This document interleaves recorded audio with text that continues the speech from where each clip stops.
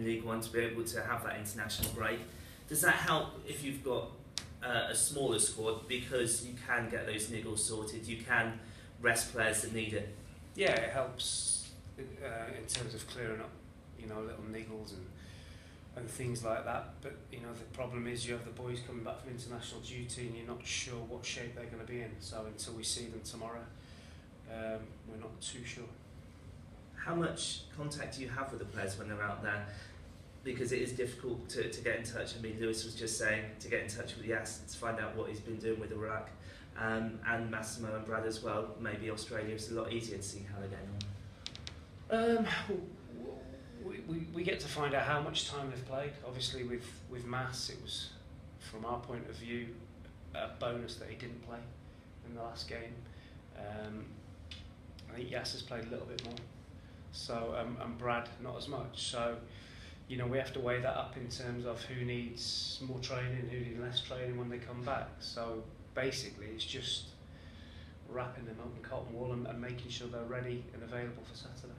When it comes to, when you look at the Plymouth result, the shock to the system, get it out of the way, is it good to have that time now that you've got a clean slate, say, all right, let's restart and let's start how we were doing earlier in the season? I've not made too much of a big thing about the Plymouth game because we drastically changed the team, didn't we? And that's not being disrespectful to the boys that came in. It's just that the boys that were playing were in a good rhythm, and we had to give some of them the break. And obviously, we lost 3 going away. So, when you disrupt a team that's got a bit of rhythm going, it becomes difficult. So hopefully, we'll get them all back and in the team on Saturday, and get back to where we were against Leighton Orient. How difficult, or how do you get that rhythm back when you've had a few weeks of not playing? Is that an easy thing to do, especially if you're a player, I guess?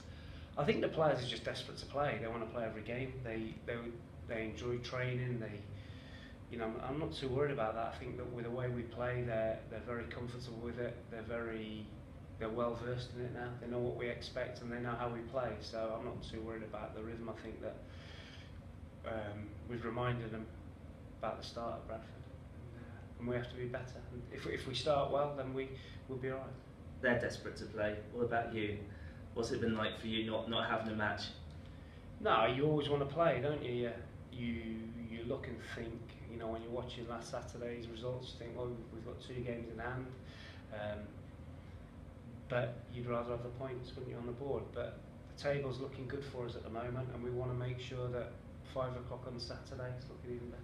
Was Mrs. Cooper wanting you out of the house when the results were coming through? No, I thought the results were good because, Bristol City keep knocking the other teams down that are up there, and it's 2 can get promoted automatically, can't they? And 4 in the playoffs. So, the teams that were below us didn't make any ground on us really, and played a game more, which was good.